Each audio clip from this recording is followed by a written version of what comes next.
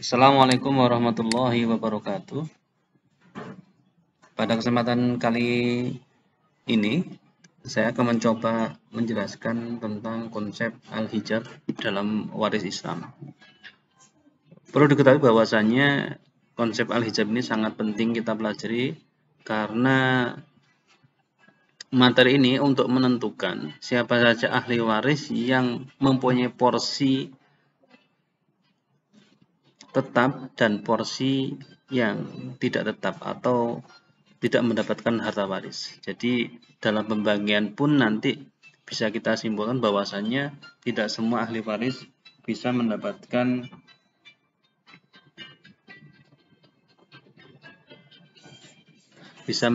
harta warisan. Yang pertama, pengertian hijab. Secara harfiah, hijab adalah satir atau penutup atau penghalang.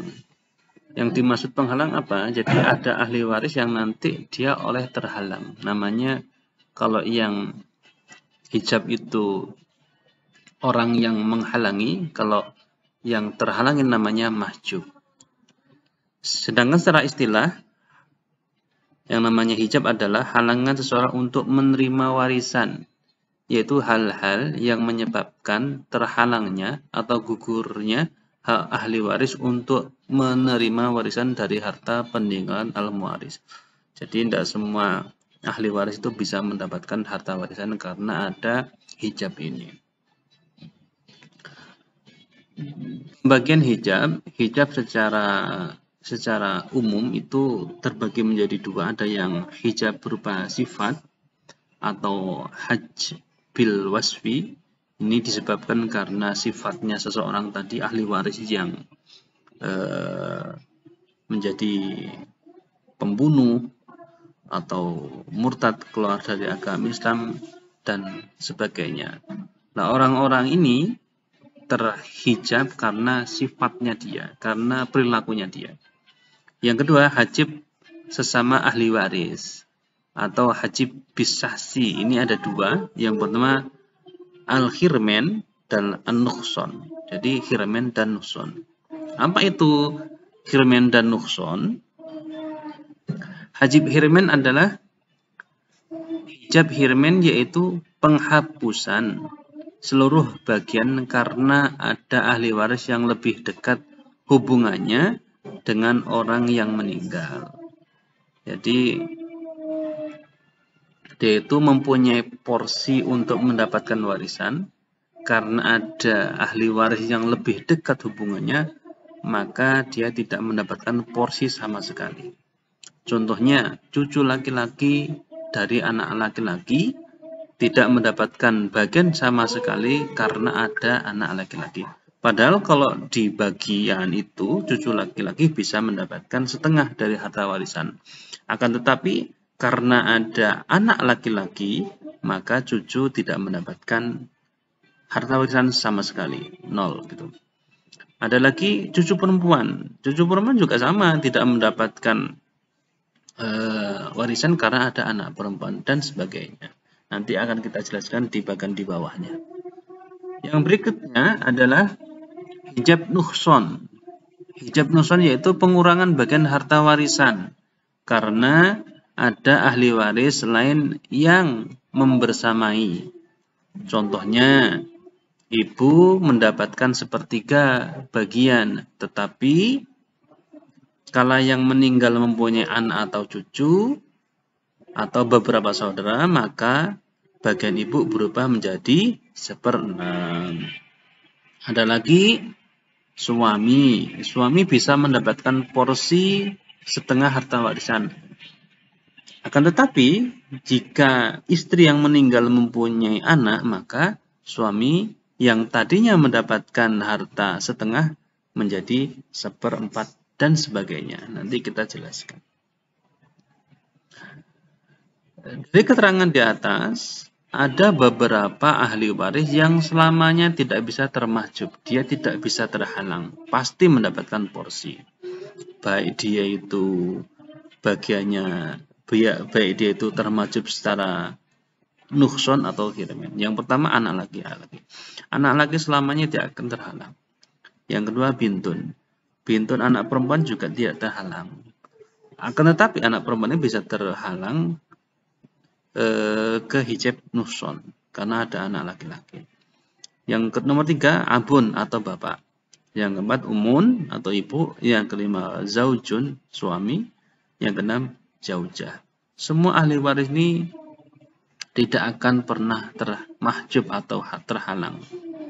Ya, dia masih mempunyai porsi, walaupun dari keenam ini ada yang terhalang secara nukhson. Ya, nukhson.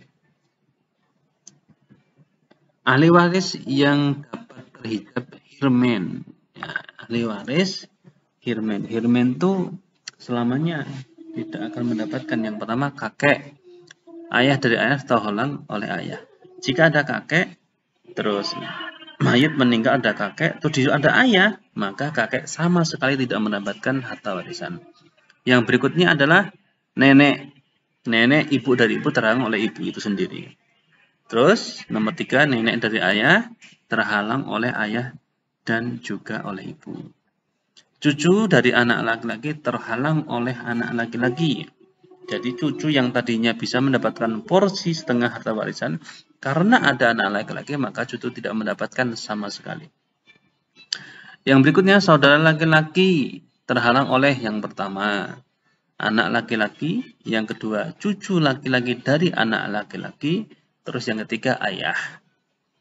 Yang nomor 6 saudara perempuan kandung terhalang oleh yang pertama anak laki-laki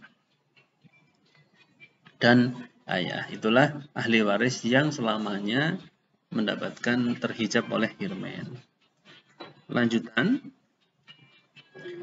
Nomor 7, saudara ayah laki-laki dan perempuan terhalang oleh anak laki-laki, cucu laki-laki, ayah, saudara laki-laki kandung, anak perempuan kandung, dan cucu perempuan. Saudara seibu laki-laki, perempuan terhalang anak laki-laki, cucu laki-laki atau perempuan, ayah dan kakek. Anak laki-laki dari saudara laki-laki, ponaan. Ponaan itu terhalang oleh anak laki-laki, cucu laki-laki, ayah, kakek, saudara laki-laki kandung, dan saudara laki seayah. Selanjutnya, saudara laki-laki dari saudara laki seayah. Apa itu? Saudaranya ayah. Terhalang oleh anak laki-laki, cucu laki-laki, ayah, kakek, saudara laki-laki kandung, dan saudara laki-laki seayah. Paman. Paman itu saudara laki-laki ayah sekandung. Jadi jangan sampai ada kasus paman bisa mendapatkan harta warisan. Kata paman ini, lihat dulu. Dari mayit yang meninggal tadi ada anak laki tidak, ada cucu laki-laki tidak, ada ayah tidak, ada kakek, saudara laki-laki kandung, dan saudara laki seayah. Kalau dari keenam ini ada, maka paman tidak ada. Terus berikutnya, paman saudara laki-laki sebapak, lele, lele, bapak. Itu terhalang anak laki-laki, cucu laki-laki, ayah, kakek, saudara laki kandung, saudara laki-laki seayah. Berikutnya, anak laki-laki paman sekandung. Apa itu anak paman? Sepupu. Yaitu terhalang oleh anak laki-laki, cucu laki-laki, ayah, kakek, saudara laki kandung, dan saudara seayah. Berikutnya,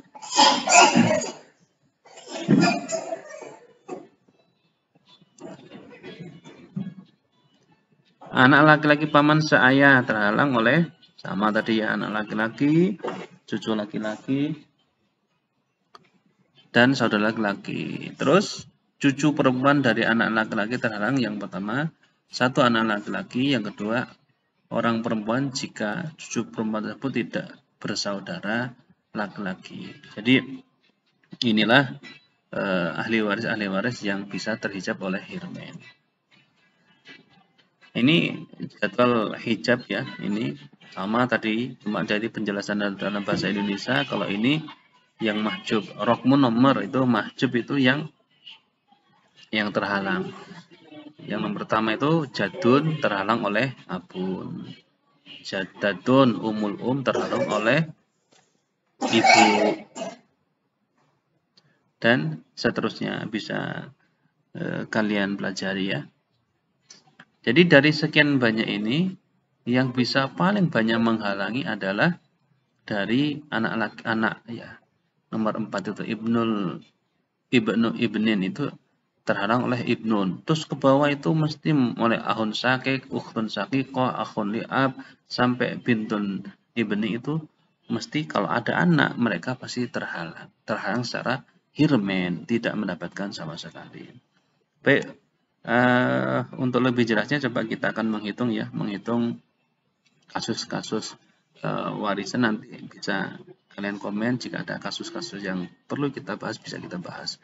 Ini ada ahli waris bagian ada anak perempuan, cucu perempuan, saudara perempuan kandung, paman kandung. Nah, di sini anak perempuan mendapatkan setengah, cucu perempuan mendapatkan 1/6, saudara perempuan kandung mendapatkan asabah ma'al ghair karena ada anak perempuan.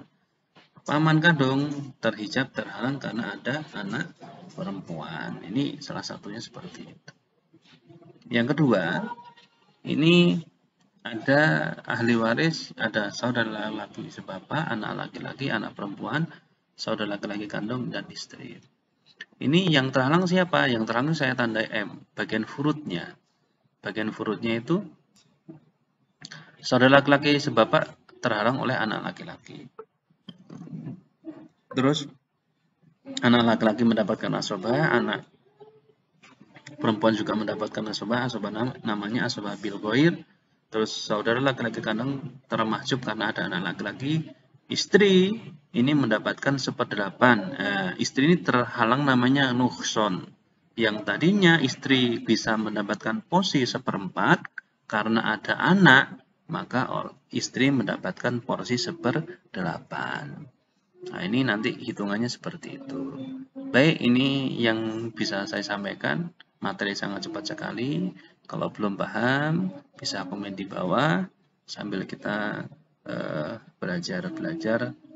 Jika ada kasus-kasus bisa saya selesaikan, silahkan di komen.